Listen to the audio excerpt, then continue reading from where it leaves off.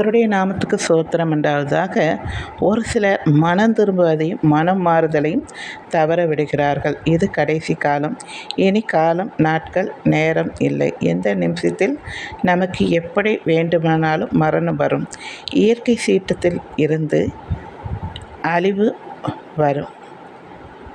பூகம்பம், சுனாமி, மழை, பெருவெள்ளம், திடீரென்று எது வேண்டுமானாலும் நமக்கு வரலாம்.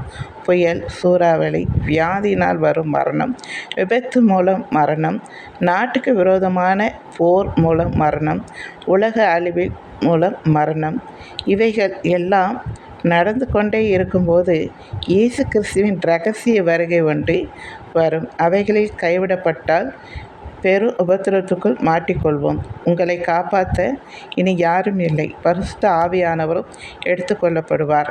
நீதிமான்களும் எடுத்துக்கொள்ளப்படுவார்கள்.